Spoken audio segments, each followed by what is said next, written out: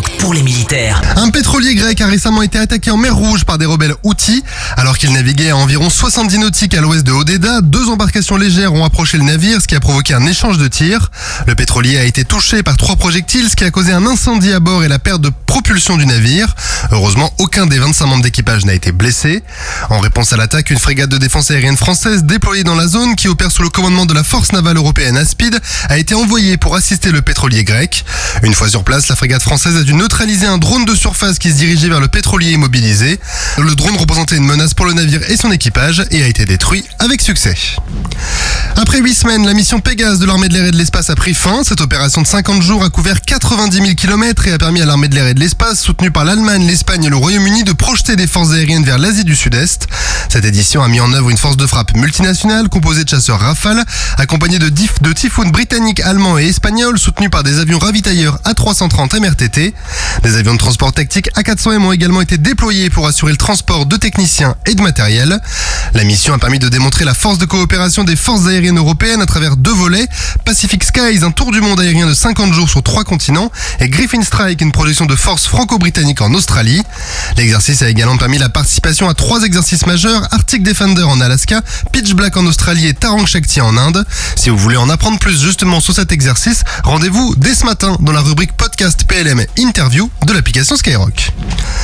Le ministre de l'Intérieur et des Outre-mer, Gérald Darmanin, a présenté à l'hôtel de Beauvau le dispositif de sécurité des Jeux paralympiques qui se dérouleront du 28 août au 8 septembre. Le ministre a d'abord souligné le succès des Jeux olympiques grâce à la mobilisation exceptionnelle de 35 000 forces de l'ordre chaque jour et a remercié les policiers et les gendarmes pour leur engagement. Pour les Jeux paralympiques qui se tiendront sur 19 sites en Ile-de-France et à Châteauroux, le ministre a annoncé un dispositif de sécurité similaire à celui des JO. Chaque jour, 25 000 forces de l'ordre appuyées par 10 000 agents de sécurité privés seront ainsi mobilisés pour assurer la sécurité des Jeux paralympiques. Des unités d'élite comme le GIGN, le RAID et la BRI seront également déployées pour sécuriser des délégations sensibles.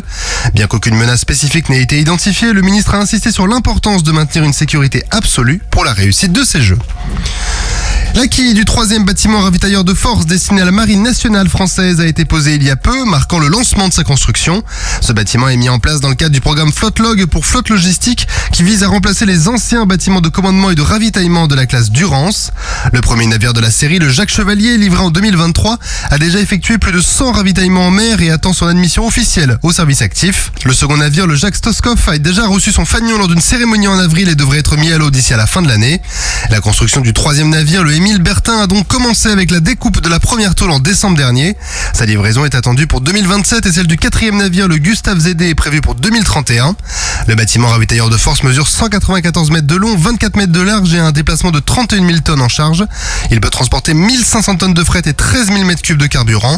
Il remplira les nombreuses missions de soutien de la Marine nationale et de ses partenaires et alliés. Sur terre, sur mer, comme dans les airs. Skyrock PLM, en équipe avec Uneo, la mutuelle des forces armées.